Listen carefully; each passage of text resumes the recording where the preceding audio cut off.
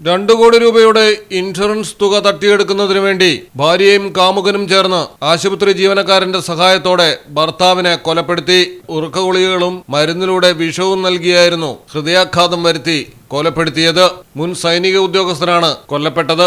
സംഭവം ബംഗളൂരുവിലാണ്. കർണാടകയിലെ ബെലഗാവി ജില്ലയിൽ താമസക്കാരനായ സന്ദീപ് കലഗൌഡയാണ് കൊല്ലപ്പെട്ടത്.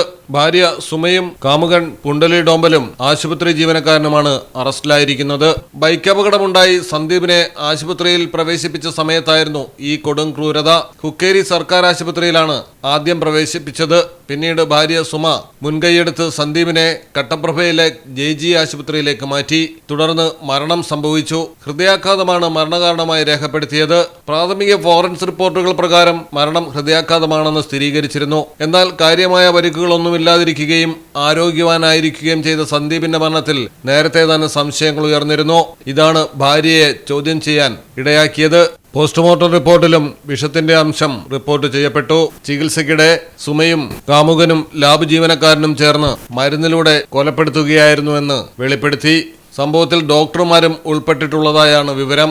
സുമ ആശുപത്രിയിൽ 3 ലക്ഷത്തോളം രൂപയാണ് ഭർത്താവിനെ കൊല്ലാൻ വേണ്ടി നൽകിയതെന്നും പോലീസിന് വിവരം ലഭിച്ചിട്ടുണ്ട്. News desk Malayalam television.